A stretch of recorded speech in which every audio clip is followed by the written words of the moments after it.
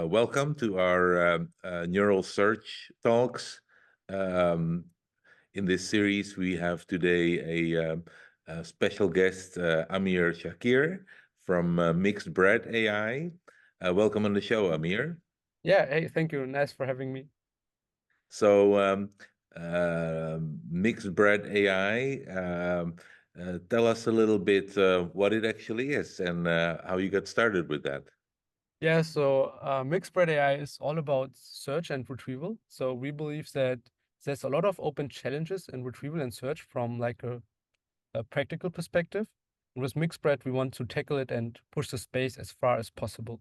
So how we get started was like 1 year ago, my co-founder and me, we were building a search engine for consultants and lawyers. And we wanted to have everything on-prem because like that's like a really hard Right. for those, right? Because confident data, etc. And we realized, man, those embedding models, hosting them is such a big pain point. And we built then an API called MBus, Embeddings as a Service, to provide open source models, which were at this time performing better than, for example, OpenAI's model as an API. And while doing this, we talked to a lot of people, to a lot of users, and realized, man, so first of all, there's not so much knowledge in the space. So developers need to turn into researchers or experts of information retrieval, a space which has like 50, 60 years of research, and they need to like ingest it in a couple of weeks. And secondly, that there's a lot of open challenges with this model as well. And for me, for example, I was moving in this Latin space for a long time. So during my bachelor thesis, I modeled user behavior with embeddings to do then prediction, for example, who's typing in an encrypted network. Or during my master thesis, I used embeddings actually from satellite images to forecast poverty, which works pretty well. And then I was like, hey, these are also embeddings, and we have this knowledge from all this other stuff before. Let's just do it. And now we're building like a super extreme good team to tackle this challenge. Great. And so you are the co-founder and one of the bakers, as you guys call Yeah, it. exactly. Yes. So what's the story with this bread, the mixed Okay. bread, the bakers? Is this some kind Uh, of secret language? so yeah, it is indeed. So it's actually an insider joke. So in my 10th grade, I had a math competition with a friend. So we went to a math competition here at school, and we both love bread, and we love especially mixed bread. So like it's German Mischbrot, Yeah. and we just like and we just make a fun. Hey, let's just call us our team mixed bread, and we were pretty successful at this challenge. And when we were thinking of a company name for this project, I was like, hey, let's just call it mixed bread. And now, it's like a really fun analogy because we call ourselves bakers. We don't have fancy title on the team, and we're just baking really good AI models. Makes sense. Makes sense. And the German bread is some of the best bread in the Really, yeah. world. I fully agree.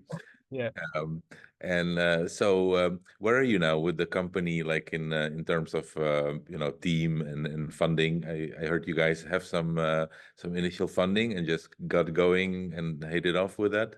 Yeah, exactly. So we just raised our pre-seed funding. So like by end of November, middle of December, we are now 5 full-time people.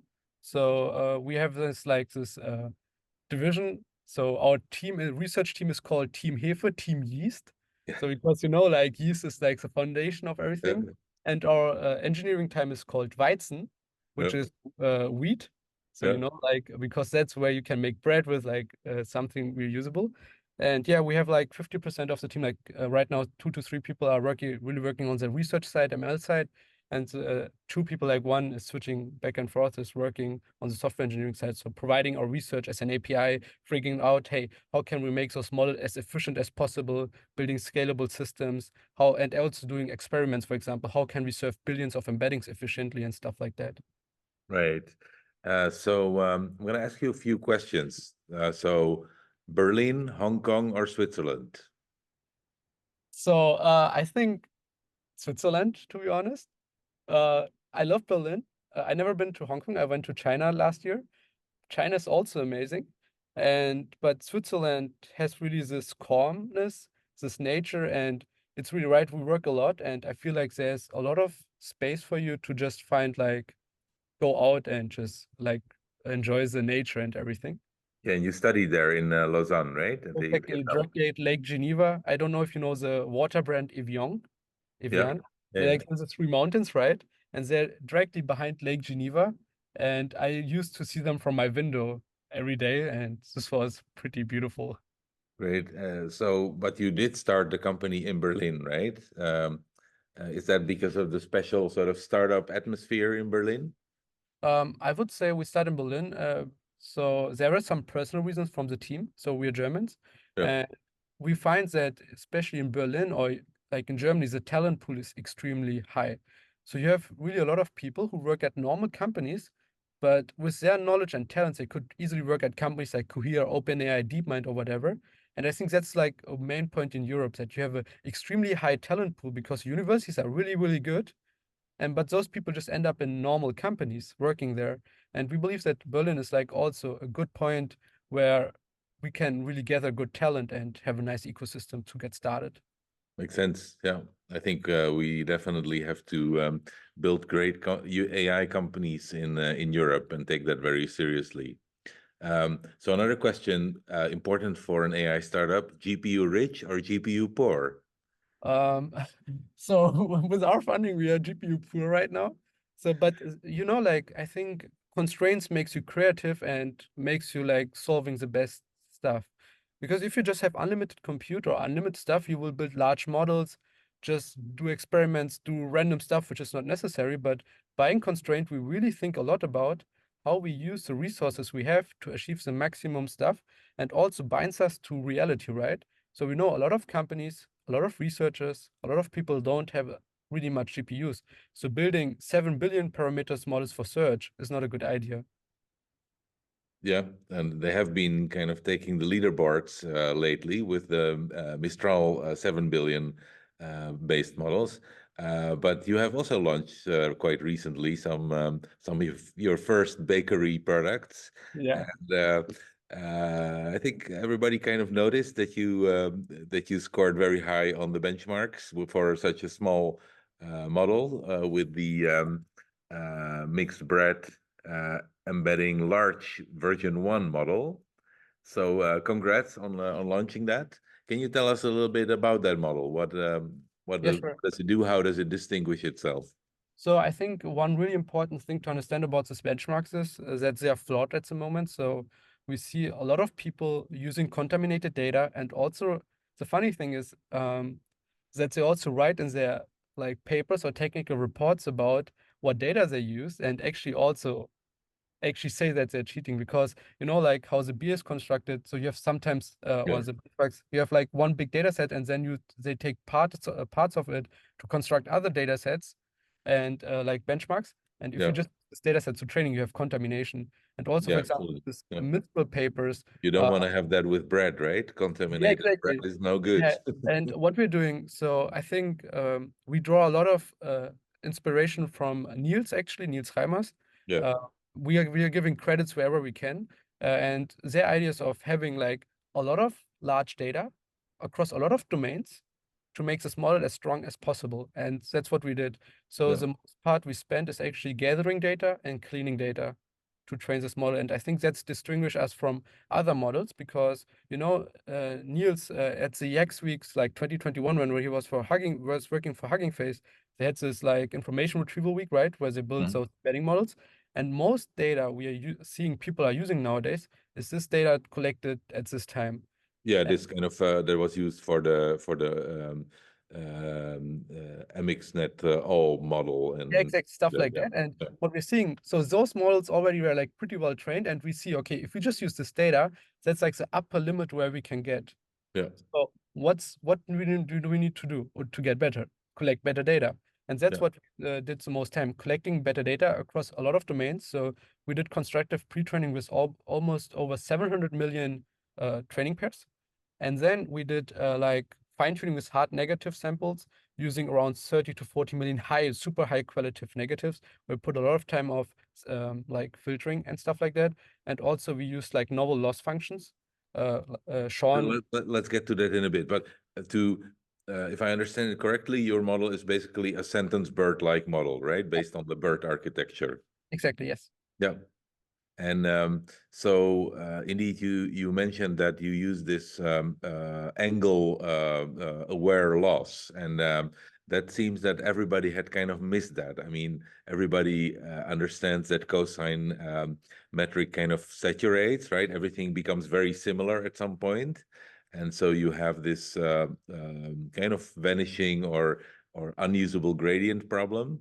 How did you stumble upon that paper, and yeah, how does that help you make the model better? So to be honest, like one of the first authors, a guy who came up, Shaming, which we call Sean, is our team member. So he's in our team and Ah, he's leading the effort. So I think it would be, I can recommend also having a talk with him. If you guys are interested, but yeah, so he came up with the stuff and he builds a UAE model, universal angle embedding model. And I reached out to him and asked him, hey, Sean, guy, man, we are working on something similar because he used the BGE model as a baseline. And for example, this BGE model is highly, highly overfitted to the MTAP. yeah, So it's not a good model actually, even though it scores so high. We asked him, hey, man, do you want to join us and do the same thing, but nicely and cool? And also like we provide everything you need. And then he agreed on that and we started working together on this. yeah. And so can you try to explain a little bit why this is important, this angle loss? So first of all, before I start explaining why it's important, I just really want to like say it has a big shortcoming.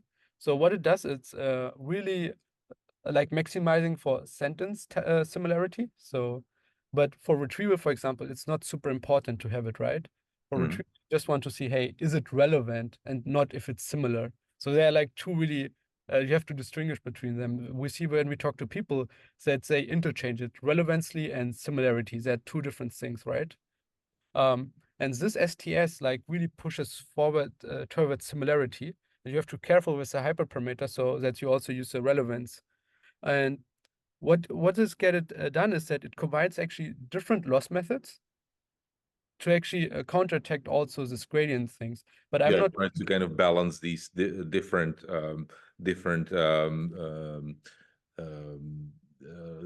constraints on the loss function with specific terms, right? and then you have weightings for them to like balance it out and figure out what works best for your model. And so it's a lot of grid search to find the good parameters. So that's the main time we spend into right getting the right data. This was probably like the largest part, and then getting the right parameters for this loss function.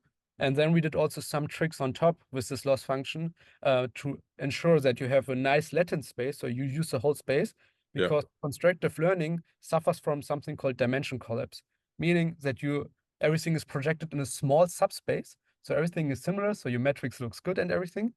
But if you do then quantization and stuff like this, you get a super high information density. So meaning it's becoming super difficult to distinguish those yeah, pairs and yeah, finding relevant pairs. But if you use the whole space, you can quantize and have still good performance, as you can see with the binary embeddings. yeah. And so one of the problems that you have with dense retrieval, right, is that no matter how what query you have, basically you will always get results, right? And they're always very close to the query in some sense, right? So Yeah, exactly. you can get a lot of problems with kind of noisy data polluting your search results. Does this use of the angle optimization in the loss function also kind of solve for that? Kind of give you a confidence score on your retrieval results? So what I think is if you have so how dense retrieval works, right? The relative distance is important. It's not like a cross encoder where you got like a fixed score and then you can do something with it. It's really like the relative order which is important. But by using angle and the whole space, you get like more choice of deciding, okay, it's 0.1, like the similarity is just 0.1 or something. Then you know like it's really, really far away. So if you have like really a model which uses nicely the space, then you can start looking into also cutoff value, but this has a lot of heuristics and has to be tuned for your specific use case. So it's not like a one fits all solution, but it helps you to do this a bit better, like saying, hey, from this it's relevant or not, but it's not solving it 100%ly. Right. So we need to come up with better solution for this. For example, a post-processing step with a cross encoder or something, which then can, hey, let's reject this or not. Yeah. And so There are a couple of other trends that are currently pretty hot in the embedding space. One of them is this Matryoshka embedding, right, where you can kind of arbitrarily choose how many dimensions you represent your models in. You made something that even topped that. It's like Matryoshka in two different dimensions Exactly. at the same time. Can you explain that a little bit? Yeah, sure. So again, amazing work from Sean. So we had this the idea in the team, and he just pushed for it. And yeah, um, so what's Matryoshka, right? As you explained, it's like this Russian dolls. So you have this one big embedding, but this you can imagine this one big embedding contains multiple smaller embeddings. So you can just decide, hey, I want the first, for example, 50 dimensions, first 100 dimensions, and you still get good results because during training time we optimize with all those embeddings sizes. And this 2D approach, like that's the one dimension. Second dimension is, hey, maybe I don't need the whole model for my inference because I want faster retrieval. So you can decide the trade-off and say, hey, I just take, for example, the first 12 layers of 24 layers to get the models out. And the cool thing is the model is also trained like this, that on every layer you have also Matryoshka. So if you, for example, decide to take layer 12 out of 24, Mhm. inferior until layer 12, and then you can still do Matryoshka on top of those embeddings. Right. So you can kind of slice off any sort of subpart of your bird model, and it will Yeah, still produce reasonably good embeddings at that level. exactly. Yes. Unfortunately, we don't have the resources that's again GPT poor, GPU rich to really test this on the whole MTAP with all multiple combination because, as you know, the MTAP like or beer is a super big benchmark. Yeah. Take time running everything, but I think this is actually the future. So we see that just training smaller models, they just yield like some certain like limit, right? So that's really hard to get better. But we see, for example, with distilling, we can make those models better. And I think that's like the next iteration, Mm. next version. Train one big model or one bigger model and tune it, for example, with 2D Matryoshka. And then you can get a smaller model out of it, which is also still good. And we really want to push it forward because we think there's a lot of opportunity and potential for a lot of people to like use it. For example, imagine having one big model during like indexing time, and you just get a really, really small model from this bigger model for inference, for search time. So you can still have like fast retrieval on CPU, like sorry, inference on CPU, and the precision of using the whole big model. And another very recent trend that I think Niels Reimers from Cohere kind of advocated is that you can actually also change your loss function to create models which are very good at for binary quantization. Did you guys also try that? Yeah, we had this recently this release with Hugging Face, right? Where Yeah. we also released binary embeddings for our model together with Int8 and also published the demo for Wikipedia. We also looked into other famous model like the All Mini LM or the E5 based V2 model. And as we can see, that our model performs really, really good as well on binary because, as I explained, we really want to use the whole Latin space. Yeah. uh, we can still also, after doing this rescoring, Niels Reimers introduced or was explaining, contain up to 96% of the original performance of the model. And the cool thing about this is you can host the whole Wikipedia, like English Wikipedia. When you chunk it, you have around 41 million embeddings on a $30 Hetzner machine with Yeah. up 100 millisecond retrieval time. Yeah, that's pretty cool, especially for like applications with very large document Yeah, collections. We're also very interested in that.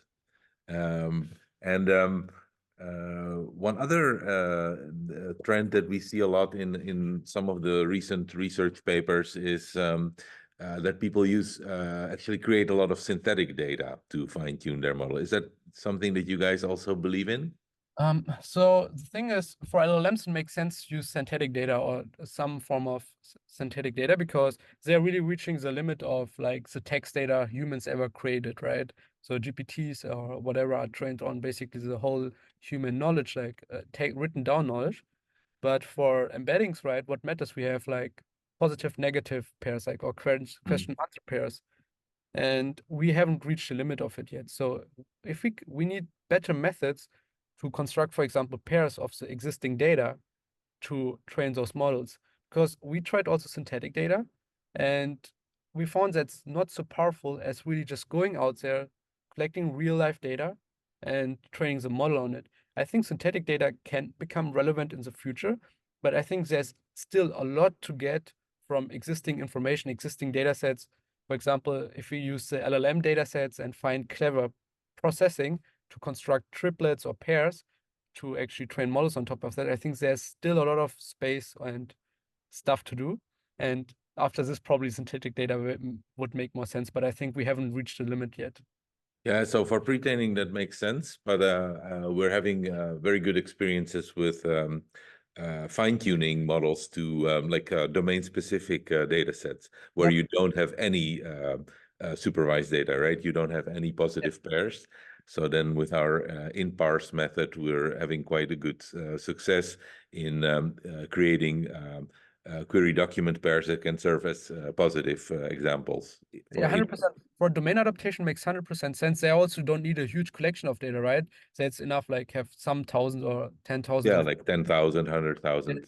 yeah, exactly. But we're talking here about like, so I'm talking when I talk about this, I'm really thinking of this generalized. Yeah, yeah, Uh, yeah. Well, of model. the pre-training or search fine-tuning phase, Yeah, absolutely. exactly. Yeah, yes. And there, I think there's a lot of to gain, but I think for specialized use cases, that's also what we are looking into. So one product we want to publish soon is just really like domain adaptation. And there we're also looking into synthetic data or how we can use LLMs or other things to really construct those pairs. But for this general embedding models, I think there's still a lot of stuff to get by just really coming up with better processing for existing, for example, LLM data sets. Yeah. And so in the pre-training phase, some things that you can never like kind of catch up with in the fine-tuning phase are multilingual and multimodal, right? And especially like cross-lingual retrieval and image to text search and text to images and audio and all that. Um, how do you see that space evolving? So I think multimodality is really underestimated at the moment. So because this we just Because we don't have it yet. Well, we have clip, right? yeah, Clip. but clip ah so imagine like having really a big model, good model, Yeah. which performs super good, for example, on the MTAP or on text embedding, but is superior to clip on image and so on and so forth. And we are also like, this is one big thing we are right now working on, like doing multilinguality and multimodality. So we really, really care about it. And we believe that's like the thing of the future. So if you think also about humanoid robots or about like this LLMs getting more and more like functionalities about modality, we still will need retrieval to get the right information to them somehow. So, and also, so embeddings or this multimodality models will play a super, super big role for the future of AI or in general, how it's developing. And we are really curious about it. And one thing what we are really looking into is we call it upcycling. So Mm. there's also some papers about it. So where you use existing models trained from one modality and bind them cleverly together to build one big, for example, like retrieval model with different modalities. We can see it, for example, right now with LLMs and so on and so forth, and all this merging stuff. And we are also really much interested in to this, looking at from an information retrieval perspective, because we, as we said, we are GPU poor. We need to figure out a way how we can really leverage existing technology and work the best under our constraints. Absolutely. So I think we're coming towards the end of this interview. So just one last question that I have. The evolution of this embeddings and vector search and retrieval augmented generation space is going very fast at this moment.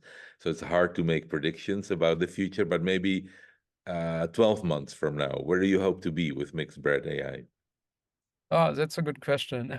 So do you mean it from a research perspective or from a company perspective? Both. Okay, let's maybe start from a research perspective. As we told, so we really care about open research, open source. So we can't obviously open source everything because we need to build a moat around it from a company perspective. But for example, like the technology we're using, the weights of open sourcing them. And one thing we really care about is multilinguality and multimodality. So if we say 12 months from now, we want to have out there like multilingual models, which perform really, really good, also good on cross-linguality, multi-modality models, like having different kind of modalities, and also novel embedding models, because we think a multi-vector approach is really, really good. And there we have really some smart ideas how we can actually also make stuff like long context work, because that's like also an open challenge, Yep. right? Yeah, yeah, How can absolutely. we embed open like long context? And from a research perspective, we really want to push those points really forward, like all those open challenges we have right now. And from a company perspective, so we want to build tooling around all this retrieval space. So for example, stuff like automated fine tuning or distillation or stuff like that, which we can also provide as a product. So which helps us to continue this research to push the space forward. But this tooling should be relevant for people who are building RAG application, because what we are seeing right now, a lot of companies, developers need a lot of hand holding. So we see they are prototyping, etc. And once they turn into production, they will see how what we are building will be relevant. And Yeah. we are building those tools which will help to put the all this retrieval system in production. Absolutely. That's a great goal. So prototyping is easy, and putting things in production is proven surprisingly hard these Yeah, days. especially with this, like embeddings are still a bit of a black box, right? So you don't know exactly what is happening, and a lot of developers don't have this deep knowledge about the space and Yeah. about chunking and stuff like that. And so there will be a lot of, I think, yeah, how to say that in English, Ernüchterung in German. Yeah, in the future about this one. So yeah, but really excited for the future, and yeah. Thanks, Amir. Thanks for this interview, and looking forward to have you again on the show in 12 months maybe, and see where we are then. Yeah, great. Thank you for having me. And yeah, thanks for your talk.